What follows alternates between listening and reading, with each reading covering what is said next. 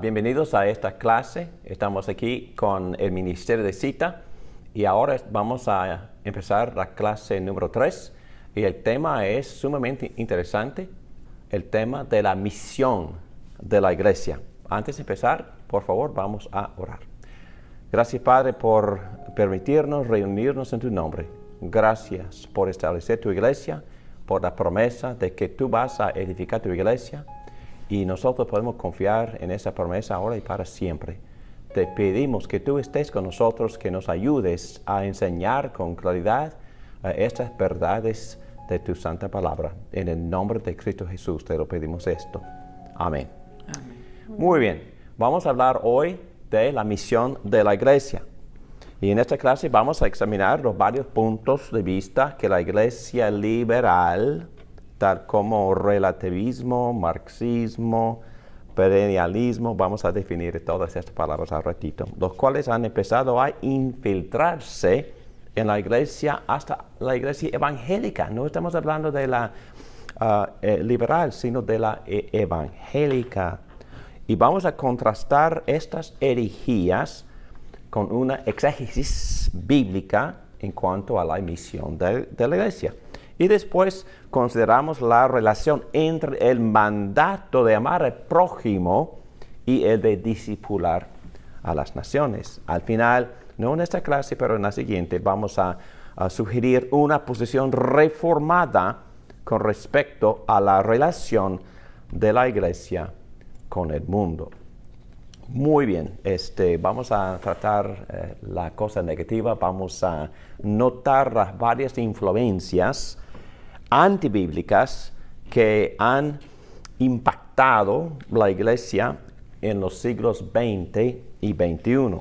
Las siguientes ideas fluyen lógicamente de las filosofías del existencialismo que habían contaminado a muchos teólogos antes del siglo XX. El estudiante va a ver que todas estas ideas se mezclan y se combinan. Entonces vamos a hablar un poco de la teoría de liberación, del marxismo, del gnosticismo, de la nueva era, y también cómo estas filosofías se mezclan hoy en día, que tienen influencia en cómo la iglesia está considerando el género, el sexo. Y bueno, todas esas ideas en un sentido fluyen de la misma fuente. Vamos a ver. La teoría de liberación. Bueno, esta teoría ha estado infiltrándose en la iglesia por décadas, quizás por más que 100 años. La conferencia de la iglesia y la sociedad Génova en 1966 dijo que la misión de la iglesia es promover el trabajo de Dios en el mundo, específicamente la liberación de los oprimidos. El teólogo Gustavo Gutiérrez interpretó la misión de Cristo en términos de la lucha por la justicia política, una lucha que continúa por medio de los hechos libertadores de Dios.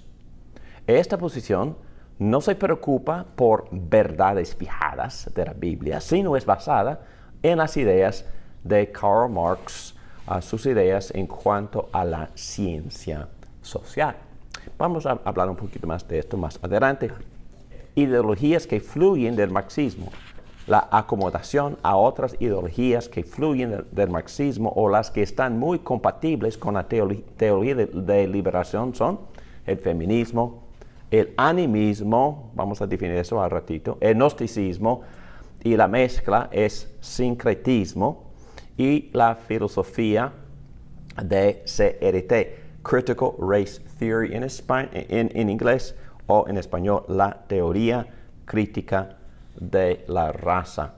Y lamentablemente esta filosofía está infiltrándose mucho en la iglesia evangélica hoy en día, y para poder prepararme un poco para entrar en la conversión. He estado leyendo libros tal como este que se llama en inglés Critical Race Theory o la teoría crítica de la raza, y he leído bastantes libros de pro y con tratando de prepararme, pero no cabe duda que estas iglesias, estas ideas se están mezclando y están teniendo muchísima influencia en la iglesia evangélica hoy en día.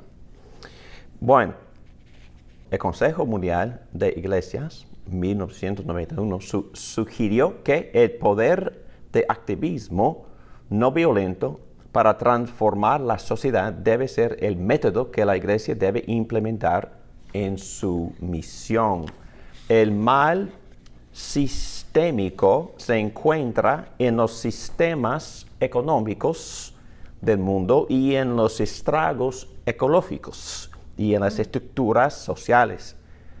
Hay que discernir que el asiento del mal ya no se localiza en el corazón del ser humano, según ellos, sino en las condiciones de la sociedad o en el sistema. Aún en la prensa eso es el mensaje, ¿verdad? El mal existe en el sistema, en la sociedad, en el medio ambiente y no en el individuo, y todos los programas del gobierno se dirigen a esa definición de la condición, y lamentablemente muchas iglesias también están aceptando y trabajando basado en esa definición. Animismo, hemos hablado mucho de animismo que ahora, por la influencia de la nueva era y la filosofía del panteísmo, la teoría de liberación ahora incluye la naturaleza como una víctima, otra víctima en necesidad de ser libertada. En su misión, la iglesia tiene que buscar solidaridad con el mundo entero, con las rocas, árboles, animales, etc. Una creación reconciliada y renovada es la meta de la misión de la iglesia. Y para respaldar esta posición, ellos tradujeron erróneamente Génesis 2:15.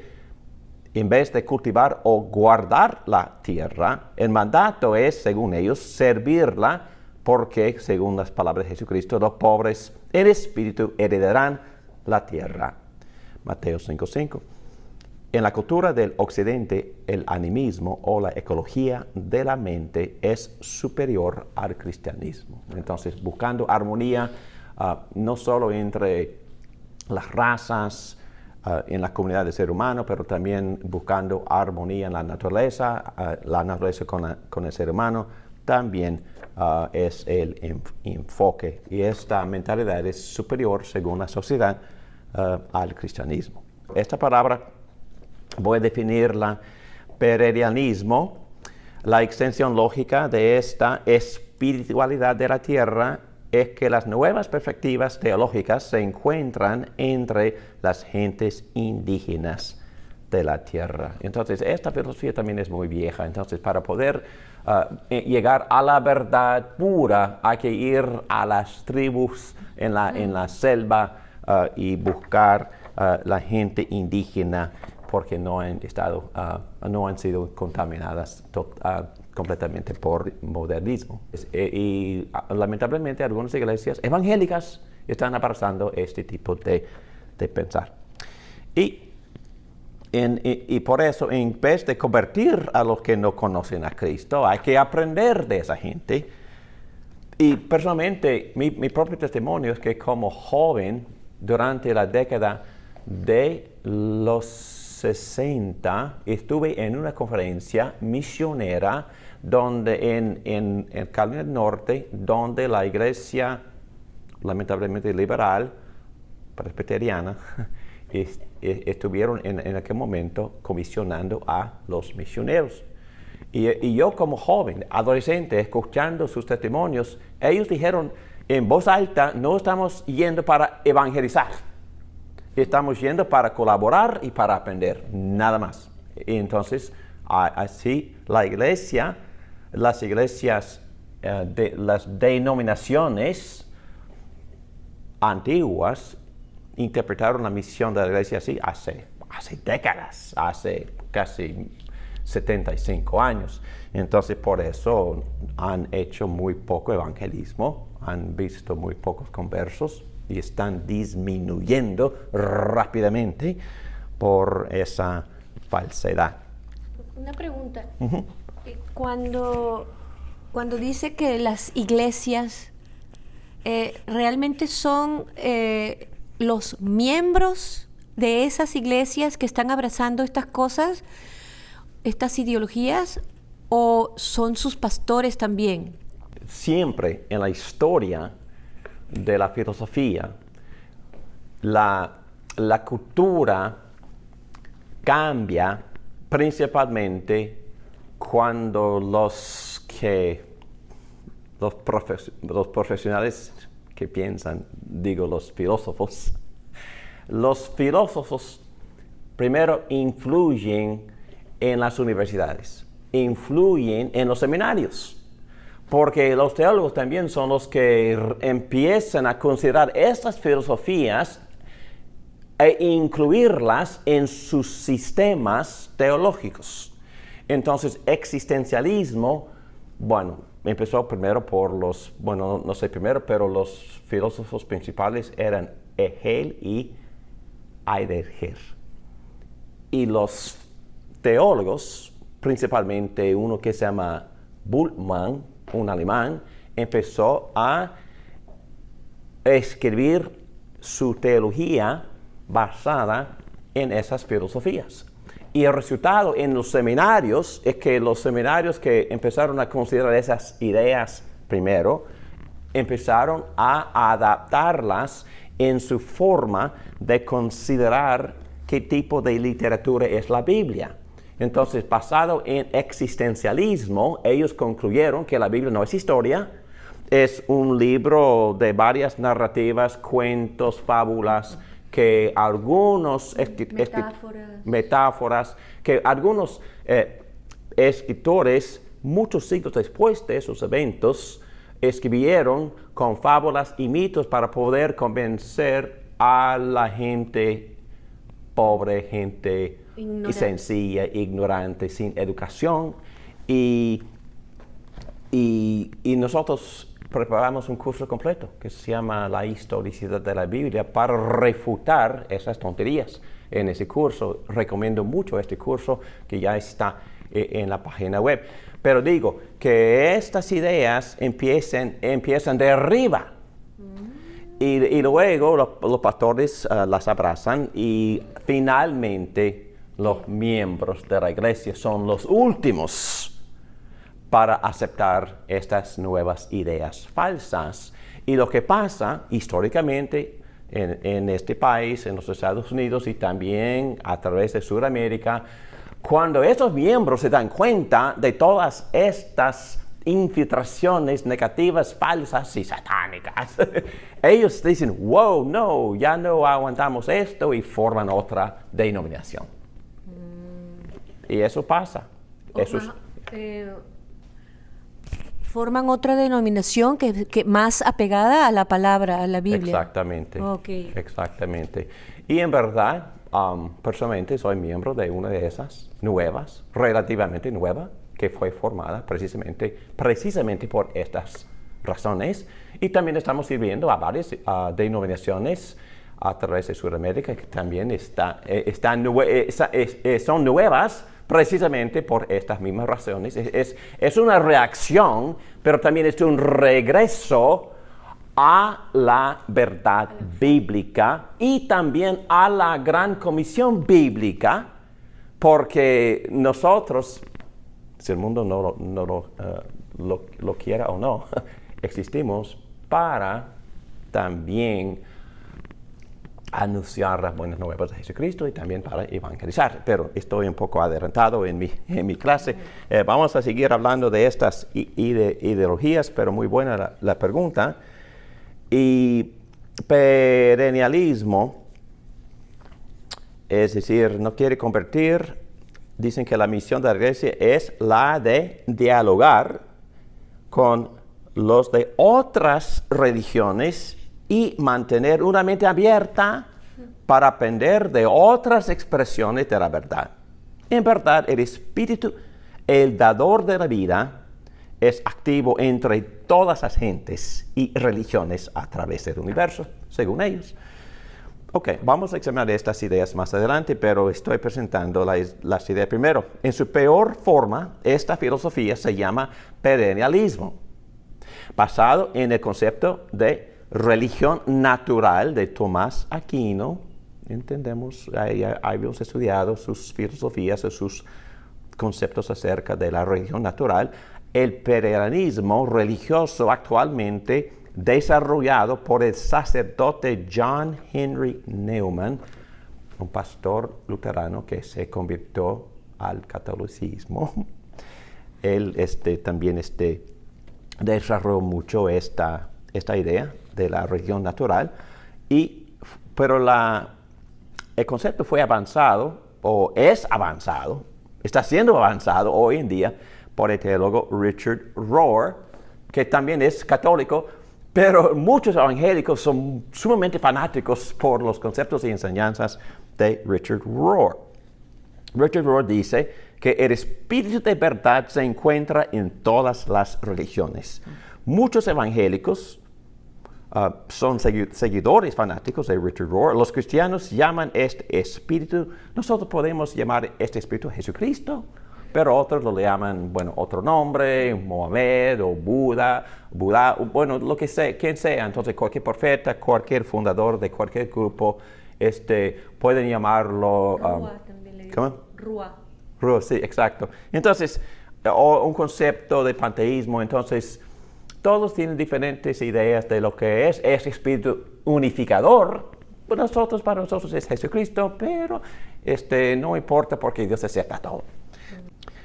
Lo atractivo para el evangélico, y todos entendemos esta tentación, es que este espíritu unificador que se encuentra en todas las religiones nos unifica con todos universalmente, y los cristianos ya no tenemos que mantener nuestra posición de exclusividad ofensiva dentro del mundo tolerante, porque el único pecado es la intolerancia. Entonces ya no podemos preocuparnos por eso, porque si aceptamos que este espíritu existe en todas las religiones del mundo y nuestro concepto se llama Jesucristo, entonces al final quedamos en paz y brotará paz mundial. En fin, hemos llegado a la paz mundial, el anhelo de todas las concurrentes de belleza. Bueno, muy bien. Woke. Woke es muy problemático porque es muy agresivo. La filosofía más reciente y la extensión natural de todas las ideas anteriores que ha estado plagando la iglesia durante las décadas desde 2000. Y este concepto domina en la prensa, domina en el deporte, domina en los medios sociales, y woke jerga para awake en inglés, despierto en español, pero ¿despierto a qué? Despierto me doy cuenta ahora de todas las injusticias. Entonces, ya despierto, soy woke. Entonces, soy consciente de todas las víctimas de las injusticias sistemáticas que existen en la sociedad. La filosofía woke extiende la teología de liberación para incluir las víctimas y los que no tienen poder, muy importante este concepto, tales como los que se identifican con LGBTQ+, disforia de género, víctimas, las mujeres, víctimas, gente de color, todos víctimas, que incluyen los negros, los morenos, los asiáticos y por supuesto los pobres. Y los opresores son los blancos y la gente que tiene poder y fuerza económica. Y la misión de la iglesia debe ser la de identificarse con las víctimas, los impotentes, y trabajar, abogar para quitar el poder de los opresores y dárselo a los débiles y víctimas. Esta es la misión que muchas iglesias están aceptando. ¿Y saben qué? Ustedes saben que hace 2 semanas tuve el privilegio de participar en una conferencia en Texas, y esta gente es muy fundamentalista, cristianos, calvinistas, y antes de invitarme querían saber lo que era mi posición acerca de woke. y no les respondí por meses. Y un hombre me llamó, David, quisiéramos invitarte a esta conferencia, pero la gente quiere saber cuál es tu posición sobre woke. Entonces, ¿por qué no, él hablando conmigo, ¿por qué no dices esto? Me dio 4 palabras para poder responder, para decirle que no estoy de acuerdo con woke. Y yo le dije, no, es que en verdad, si puedo responder, yo respondo. Entonces yo escribí una tesis de más o menos 10 páginas yo leí, por eso leí al final del día casi 10 libros, pros y contras. Entonces, libros como este, que es la Biblia de woke, la Biblia Critical Race Theory, la teoría crítica de la raza, y también varios libros en mi opinión, de un punto de vista un poco más bíblico. Yo respondí, bastante fuerte, pero al mismo tiempo me dediqué la segunda porción de la tesis de mi propia experiencia, porque yo creo que sí, existen muchas injusticias en el mundo. Y gente de color también, no cabe duda, han sufrido mucho en nuestro país históricamente, y quizás hoy en día también por por alguna mentalidad negativa, pecaminosa. Y también traté de responder así como el Evangelio nos instruye a responder. Entonces, si alguien tiene interés en esa tesis, porque este debate continúa, y creo que en parte es la discusión que vamos a abarcar ahora mismo en esta clase. ¿Cuál debe de ser, en qué sentido, cuál es la misión de la iglesia? Número 1. Entonces, ¿cómo debe responder la iglesia a las injusticias que existen? Y varias, obviamente, muchas existen. Y cómo la iglesia debe de responder. Entonces, creo que una discusión, una conversación que, va a continuar. Y hay muchos que pro y contra. Y lamentablemente está dividiendo no solo iglesias, está dividiendo denominaciones por completo. Está infiltrado también en la mía. Y estamos ahora mismo debatiendo qué debe de ser nuestra posición en cuanto a ciertos movimientos que tienen que ver con la sexualidad humana, con el género. Estamos ferozmente considerando, votando ahora mismo, votando en los presbiterios sobre algunas posiciones acerca de este punto. Entonces, todas las iglesias están debatiendo estos conceptos ahora mismo en los Estados Unidos, y creo que si no en Latinoamérica muy pronto llegará. Y yo hablé la semana pasada con varios líderes en un país en Sudamérica. Me dijo, David, que si enseño sobre esto, magnífico, porque ya estamos enfrentando eso también en Sudamérica. Y perdóname por hablar tanto de la filosofía, pero es importante entender que estas ideas ahora mismo tienen mucho impacto, mucha influencia, aún en la iglesia evangélica, aún en la iglesia reformada. Y hay que pensar bien, hay que pensar bíblicamente acerca de lo que es la misión de la iglesia. Muy bien, una evaluación breve. Brevemente hablando, lo positivo. Todas estas ideas no son erróneas o no son erróneas por completas. La iglesia debe mostrar definitivamente imparcialidad y tener compasión por las víctimas de las injusticias. La Biblia enseña que vivir expresando parcialidad o prefiriendo un grupo al otro es pecado. Porque todos somos hechos a la imagen y semejanza de Dios. Todos tenemos valor infinito y cada ser humano tiene de igual valor, y también todos estamos hechos a la imagen y semejanza. En verdad somos una criatura gloriosa y todos con valor infinito, y hay que empezar ahí. La iglesia debe discipular a sus miembros a obedecer el mandato de cuidar de la creación. No vamos a decir que busquemos armonía con la creación y que no elevemos tampoco a los animales y rocas y árboles a que tengan el mismo valor de lo que tiene el ser humano. Claro que no. Pero la Biblia sí nos instruye desde el principio que tenemos una responsabilidad como mayordomos de la creación a reinar. Y reinar quiere decir, sí, usar, pero también implica en el mismo contexto cuidar, cultivar para que la creación llegara a ser más fructífera. Es apropiado que la Iglesia reconozca los elementos de la verdad que se encuentran por medio de la revelación general en otras religiones y en el ser humano en general. El apóstol Pablo también reconoció esto cuando estaba predicando en Atenas.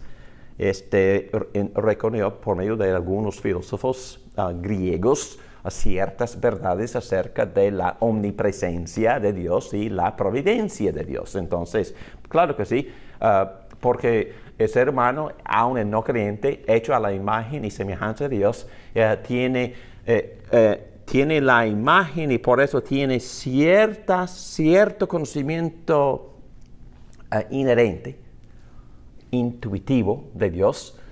Y el apóstol Pablo también habla así en Romanos 1, dice que sabemos que Dios es invisible, todopoderoso, y entendemos que Dios es inteligente y un Dios de diseño y por el orden que existe en la creación y por el poder que existe, entendemos que Dios es todopoderoso, invisible, inteligente, un Dios de diseño.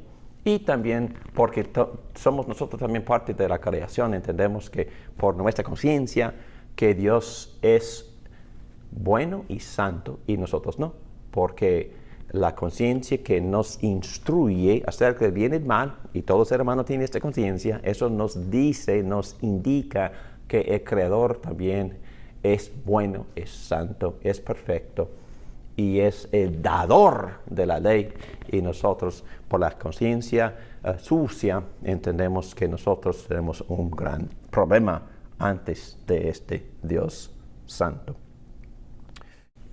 Dice, la Iglesia reconoce que el Evangelio pone en libertad a los discípulos de Cristo, pero no según los métodos de la teología de liberación, ni en el mismo sentido que ellos sugieren. Sí, el Evangelio libera de la esclavitud, pero nosotros sabemos en qué sentido Jesús habla de eso en Juan capítulo 8. Bueno, lo negativo es muy fácil criticar y ya he criticado bastantito, por eso voy a volar sobre estos puntos negativos. No disciernen estos filósofos ni esas filosofías el corazón del problema de la humanidad. El mal reside ¿dónde? En la naturaleza de cada individuo, y el énfasis en cambiar las estructuras de la sociedad no resultarán en la transformación deseada. No ven la única solidaridad que tenemos aparte de Cristo es una solidaridad en pecado. No resultan en la reconciliación porque ponen en un conflicto más marcado los grupos étnicos y los que tienen con los que no tienen. Lamentablemente mi propio testimonio es que tratando de entender estos conceptos y el hecho de que tengo que escuchar cuando pongo el televisor estos conceptos constantemente, y también hablando con algunos hermanos de color acerca de estos problemas, eso me pone en más conflicto interior. No me da paz, no me da resolución, no me impulsa a la reconciliación. Es al revés, me ofenden muchos de esos conceptos y no ayudan. Y no creo que ni ellos entiendan que cuando hablan así de estas teorías están contribuyendo al problema, no al remedio. Es mi opinión, lamentablemente, es mi experiencia, son mis emociones que estoy tratando de procesar. No resuelven los problemas con un buen fin, porque si el objeto es quitar para apoderar, esta actividad tendrá que ser cíclico y repetitivo.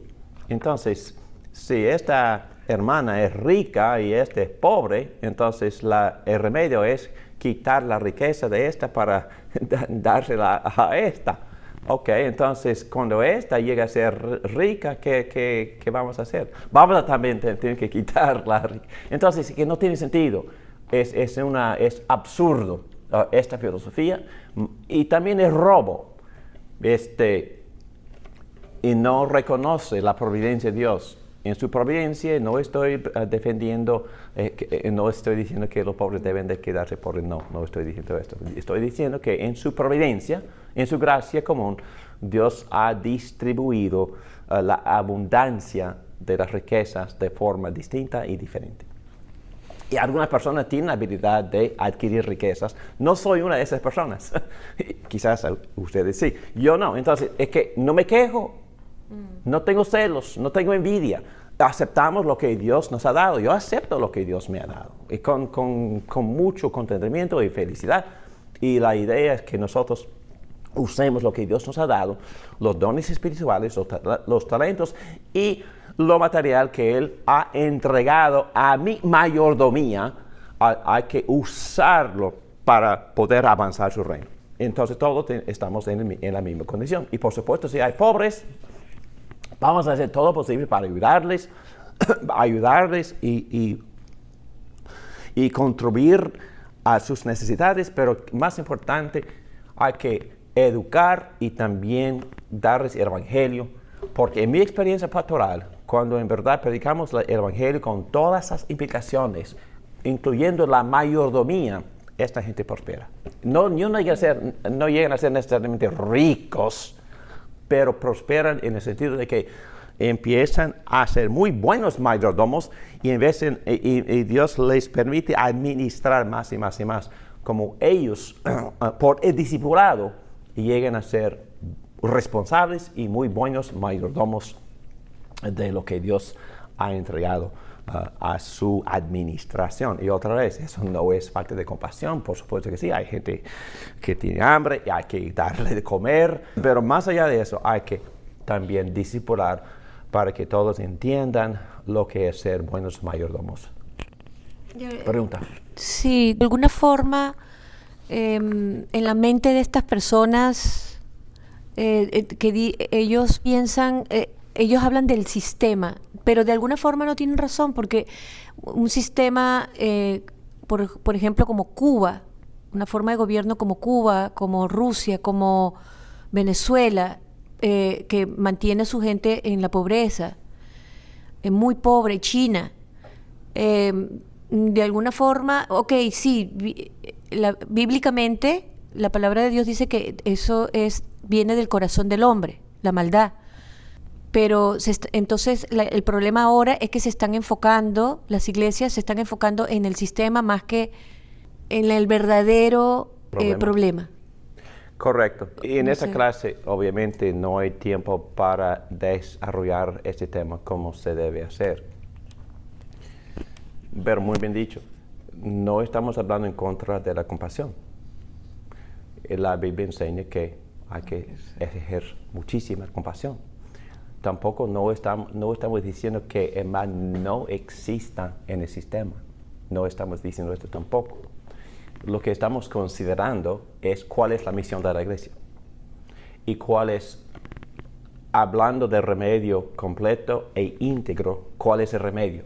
Estamos hablando precisamente de eso. Entonces, ¿cuál es la contribución de la iglesia en el remedio? Y bueno, estamos un poco adelantados porque lo que vamos a considerar los conceptos de este autor se llama Dr. Kevin DeYoung. Él escribió ese buenísimo libro que se llama ¿Cuál es la misión de la iglesia? Y él trata todos estos temas. Él dedica capítulos por completo sobre nuestra responsabilidad de ser compasivos y también de defender a las víctimas. Pero él está escribiendo un libro sobre ¿cuál es la misión de la iglesia? Estamos respondiendo a esa pregunta. Y creo que una de las conclusiones que este autor, vamos a ir allá, llega, es la iglesia tiene muchas responsabilidades, muchísimas, miles de responsabilidades. Y los miembros, él va a argumentar que un miembro de la iglesia puede hacer mucho más en la sociedad. Un grupo de creyentes puede asumir un gran proyecto para dirigirse a los problemas de las injusticias que existen en la sociedad. Pero, ¿cuál es el ministerio del cual la iglesia debe de ocuparse. Y él va a argumentar, y ustedes saben lo que va a argumentar. Él va a argumentar que es hacer discípulos. Y estoy de acuerdo con él en ese sentido. Si hacemos discípulos verdaderos, vamos a ser compasivos, vamos a amar a esos discípulos, vamos a proveer sus necesidades, pero al mismo tiempo vamos a educarlos a ser muy buenos mayordomos. Y yo sé que soy un don nadie y tengo una experiencia pastoral y hay muchos pastores, miles de pastores que han tenido experiencias superiores. Pero trabajé 20 años en una comunidad, la más pobre en la ciudad de ese país. Una ciudad muy grandísima la ciudad. Y trabajamos 20 años en el barrio más pobre de aquella ciudad. Y como los resultados de un discipulado íntegro que incluía la educación en todas las áreas de la vida como Cristo enseñó y como los profetas y principalmente los autores del libro de Proverbios enseñaron. Hoy en día esos jóvenes viven como adultos muy responsables y al mismo tiempo son adoradores de Dios en sus iglesias respectivas. En otras palabras, ¿cuál es el remedio principal, íntegro, de largo plazo? Atacar las escrituras. Hay que hablar, la iglesia tiene que hablar a las escrituras. La iglesia tiene una esfera espiritual, pero a veces es necesario que la iglesia hable a su gobierno, que Dios ha establecido esa autoridad en otra esfera por completo y no se debe mezclar las esferas. Pero la iglesia puede acordarle a estos servidores de Dios en sus áreas donde ejercen autoridad cuál es su responsabilidad. Es muy apropiado. Pero preocuparse como 100% en la misión de dirigirme al gobierno, no es la misión de la iglesia. No es la misión. La misión es hacer discípulos. Y si esos discípulos trabajan bien en la sociedad, van a corregir muchísimas injusticias. Si viven justos, yo creo que eso es la cosa principal, que los creyentes vivamos justos, sí, y amorosos y generosos. Y también sin parcialidad en nuestra vida social ni en nuestras iglesias. Yo creo eso. Cristo enseñó que la iglesia o el grupo de discípulos es ¿qué? Es luz. Aquí está el modelo. Mírennos, es la idea. Cómo vivimos amorosos, cómo vivimos con justicia, cómo cuidamos a los huérfanos, pobres, a viudas. Entonces, debemos de ser como Agustín enseñó, ciudad encima de la montaña, brillando como luz, para que el mundo vea. Entonces no solo somos luz, somos sal. ¿Qué hace sal? Conserva, preserva. Entonces la iglesia sí va a tener influencia si hace discípulos. Si la iglesia puede ser utilizada por Dios para convertir a estos individuos, a estas familias, y estos individuos, familias y los jóvenes eventualmente vivan justos, amorosos, generosos, sin parcialidad en el mundo, no aceptando en sus vidas, en su vida social, en sus trabajos, este tipo de abuso, este tipo de injusticia. Entonces la iglesia en sí tendrá influencia en el mundo. Pero estamos considerando cuál es el método principal para poder ver ese tipo de resultado. Muy bien, quizás ya no tengo que presentar el material ahora. Pero, a ver, estas filosofías no observan el diseño divino para los géneros y la complementariedad entre los sexos. Ya nos dedicamos un curso completo sobre ese tema. No toman en cuenta que la creación misma está bajo maldición y no es una entidad pura, y mucho menos una parte de la divinidad, como dicen los gnósticos y los panteístas. La creación es incluida en la redención de Jesucristo. ¿Recuerdan las palabras del apóstol Pablo en Romanos 8 diciendo que la creación misma gime porque también está bajo maldición, está maldita por Dios, está caída y está frustrada, dice el apóstol Pablo, y decayendo, esperando la consumación de la redención, que incluye la resurrección, transformación y glorificación del cuerpo. Y cuando Cristo glorifica el cuerpo del creyente, la creación misma será restaurada y renovada, perfeccionada y para siempre. Tampoco no respetan estas filosofías la singularidad de las demandas de Jesucristo, quien es Dios en su plenitud, encarnado en el mundo. En verdad no respetan las particularidades de ninguna religión por aceptar que todas se reconcilian superficialmente por un espíritu unificador que todos tienen en común. En verdad este concepto ofende a todos. Ofende a los musulmanes tal como a los cristianos. No, dicen, no somos iguales. Los judíos también. Los judíos también dicen, no somos como los evangélicos. No, ofende a todos. Esta filosofía no funciona con nadie. Muy bien, no se dan cuenta que cuando condenan los fundamentalistas cristianos están aceptando arrogantemente su propia cosmovisión absoluta. Entonces, dicen que nos comparan con Hitler, ¿verdad? O con los musulmanes más radicales, terroristas. Y hay que silenciar, cancelar a todos estos grupos extremos. ¿Para qué? Para que suba otro grupo extremo para dominar arrogantemente. Y todo tiene que sujetarse a su cosmovisión. No, por favor, es una tontería, es absurdo. Muy bien, ahora antes de considerar bíblicamente lo que es la misión de la iglesia, vamos a tocar el tema de cuál es la misión de Dios en el mundo. Y vamos a ver que la misión de Dios es un poco distinta a la de la iglesia. En otras palabras, hay cosas que la iglesia no puede hacer que solo Dios hace. Ojalá que eso sea entendido. Antes de hablar de la misión de la iglesia en el mundo, es apropiado considerar lo que la Biblia enseña acerca de la misión de Dios en el mundo. El mensaje de la Biblia entera se concentra completamente en Dios el Salvador. Es Dios quien tiene que venir al mundo porque la condición del ser humano es indefensa. Nosotros necesitamos a Dios para resolver nuestro problema porque la justicia santa de Dios es nuestro problema. Solo Dios es capaz de hacernos justos ante sus ojos. Para hacer eso, Él tiene que sufrir nuestro juicio, proveer nuestra justicia, aceptarnos como si fuéramos justos por la justicia de Cristo, transferir a nosotros por fe y transformar nuestra naturaleza. Y solo Dios puede hacer eso.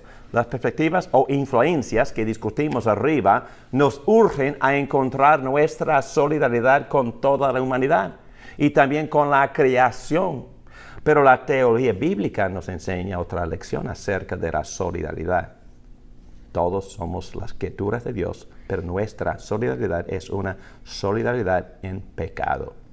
La condición perdida del ser humano significa una alienación de la fuente de vida. Esto significa la condenación. El ser humano y la creación entera están bajo la ira merecida y la maldición de Dios. Las pretensiones humanas para implementar la justicia quedan infinitamente pequeñas de la ejecución de la justicia verdadera. El problema más grande que tenemos todos nosotros es nuestra falla e incapacidad de amar a Dios con todo nuestro ser y amar al prójimo, así como nos amamos a nosotros mismos. Nuestra condición tan tenebrosa y temerosa tiene esperanza solo en la gracia de Dios. En la Biblia, la salvación es la misión de Dios en el mundo. Desde el principio es Dios quien busca al hombre caído y perdido. Dios toma la iniciativa para buscar a Adán y Eva en el jardín después de su caída para prometer que les enviaría a su hijo para aplastar la cabeza de Satanás. Es Dios quien advierte a Noé, llama a Abraham de Ur y le jura que bendeciría al mundo entero por medio de su descendiente Jesucristo. En el libro de Jueces y en los profetas el énfasis consistente es en lo que Dios va a hacer para redimir a su pueblo.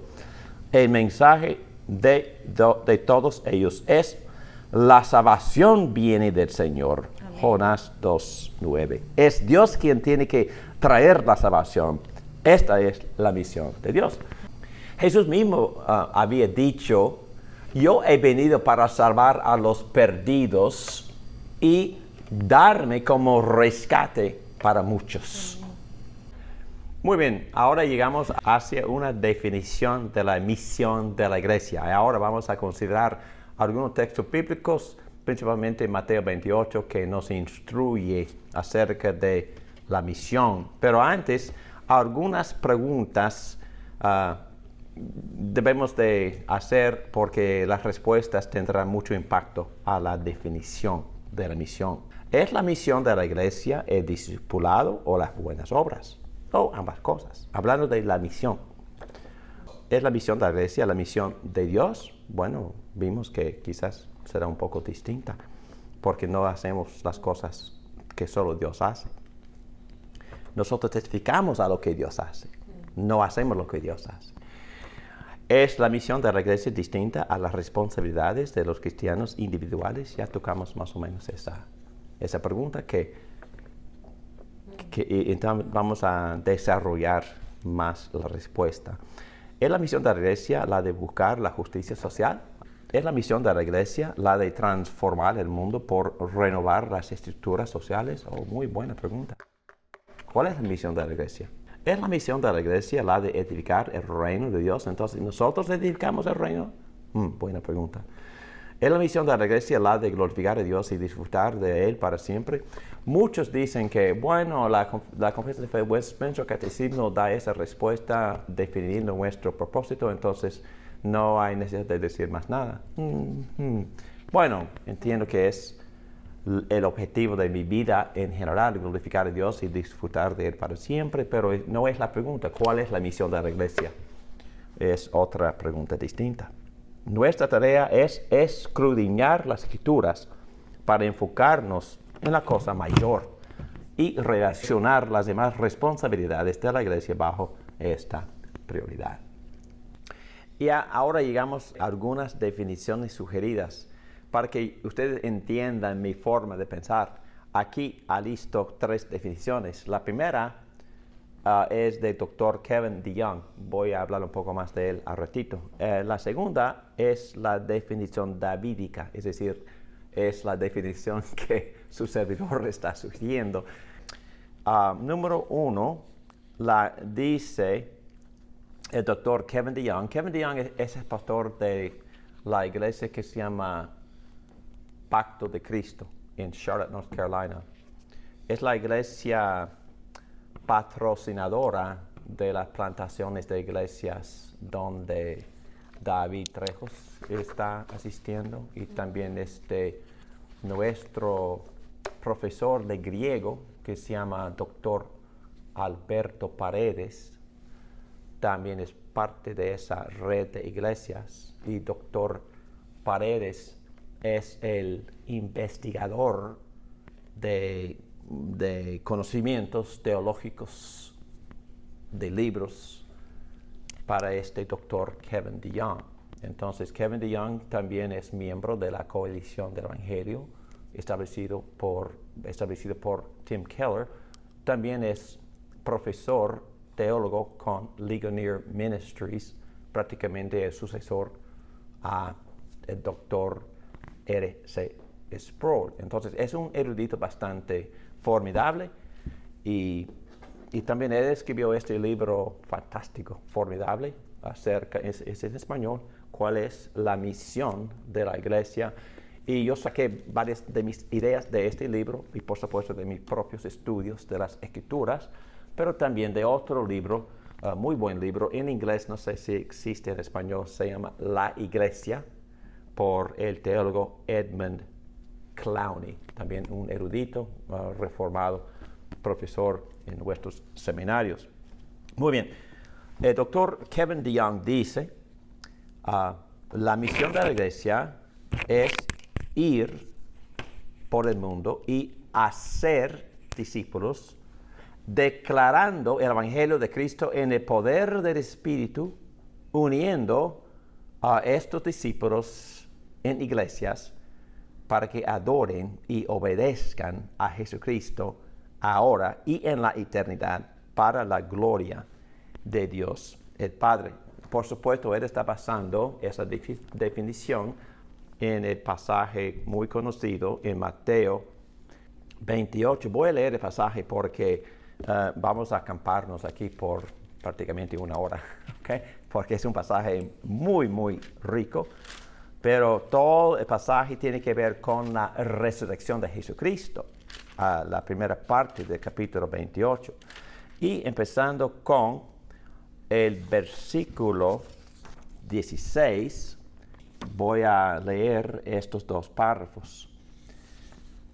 Los 11 discípulos fueron a Galilea, a la montaña que Jesús les había indicado. Cuando lo vieron, lo adoraron, pero algunos dudaban después de la resurrección. Jesús se acercó entonces a ellos y les dijo: se me ha dado toda autoridad en el cielo y en la tierra.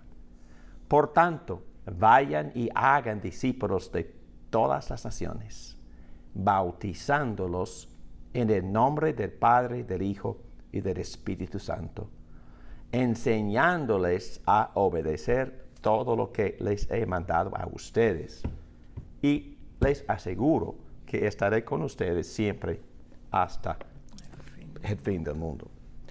Muy bien. La definición del Dr. Young está basada en ese pasaje, pero en algunos más. Dr. Young dice que en su libro ¿Cuál es la misión de la iglesia?, que la misión de la iglesia no es todo lo que Dios está haciendo en el mundo. Y Dios está haciendo muchas cosas en el mundo. Ni la transformación social del mundo o nuestras sociedades. Ni todo lo que hacemos en obediencia a Cristo. Entonces, todo lo que nosotros hemos hablado en esta conversación, cuidar de los huérfanos, las viudas, ayudar a los pobres, luchar en contra del racismo, en contra del abuso de cualquiera, de la mujer, y aún el abuso de cualquiera, el abuso o de los que quieren golpear a ciertos pecadores, a tales como los homosexuales. Entonces, la iglesia tiene responsabilidad de hacer todo esto y mucho más. La iglesia tiene responsabilidad para los pobres. La iglesia tiene responsabilidades para las familias, para los niños, para la educación. Tiene mucha responsabilidad. Pero no estamos hablando de todas las responsabilidades que la iglesia tiene. Estamos hablando de la misión específica y enfocada de la iglesia. Y este autor teólogo argumenta que la misión de la iglesia es la de hacer discípulos. ¿Pregunta? En cuanto decías de la necesidad de ayudar a los pobres y todo, se vio cumplida cuando los apóstoles vendían las cosas y no había ningún necesitado. Da una práctica de la ayuda, que todos tenían todas las cosas. Correcto. Sí, y Jesús también hacía muchas buenas obras, ¿verdad? Sanando, resucitando, dándoles de comer. Pero, ¿qué fue su misión? El Evangelio. Predicar el reino. Dr. Young argumenta que algunos discípulos en grupo o como individuos pueden embarcarse en innumerables ministerios para mejorar las condiciones humanitarias en el mundo, pero la iglesia en sí no debería ser distraída de la misión principal, hacer discípulos y equiparlos. Y si la iglesia hace su primera responsabilidad, los discípulos van a hacer lo demás. Van a hacer lo demás. Van a tener que hacer lo demás.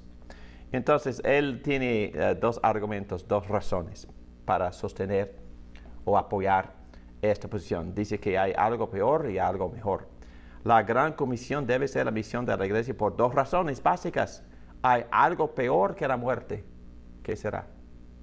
¿Qué es peor que la muerte? ¿La muerte eterna? La muerte eterna. Hay algo mejor que la prosperidad humana. ¿Qué será? La vida eterna. La vida eterna. Aquí dice, bueno, apoyando esto con dos textos. Cristo transformará nuestro cuerpo miserable para que sea como su cuerpo glorioso, mediante el poder con que somete a sí mismo todas las cosas. Es algo mejor, ¿no? Pero algo peor, así que no les tengan miedo, porque no hay nada encubierto que no llegue a revelarse, ni nada escondido que no llegue a conocerse. Lo que les digo en la oscuridad, díganlo ustedes a plena luz. Lo que se les susurra al oído, proclámenlo desde las azoteas. No teman a los que matan el cuerpo, pero no pueden matar el alma. Teman más bien al que puede destruir alma y cuerpo en el infierno. Entonces, ¿cuál es mejor que la muerte? El infierno eterno. Bueno, hay otro texto, pero ustedes entienden la idea. Es la definición completa de que yo escribí. Comisionada por el Rey, el Hijo de Dios resucitado, la misión de la iglesia es la de ir al mundo para anunciar las buenas nuevas en palabra y hecho, en poder del Espíritu Santo, que Dios ha manifestado su reino de paz, justicia y gozo en la tierra por medio de la muerte y resurrección de Cristo Rey. Entonces incluí el contenido del Evangelio. Llamar a todos a volver a su Creador y Rey, arrepentimiento, ¿verdad? Entregándose a Él para recibir perdón, beneficio, y poder para vivir sujeto a su reino. Uniéndolos a la iglesia para aprender a obedecer toda la voluntad de Dios. Entonces, un poco más completo, con más ideas. Pero, número 3, dice, la iglesia es la metodología que Dios usa para cumplir su misión. Dios hace sus cosas redentoras en el mundo, el Espíritu Santo hace muchas cosas, pero la iglesia testifica a Cristo y la iglesia es la metodología que Dios usa para cumplir su misión y no una de varias maneras. La iglesia es la metodología. Muy bien.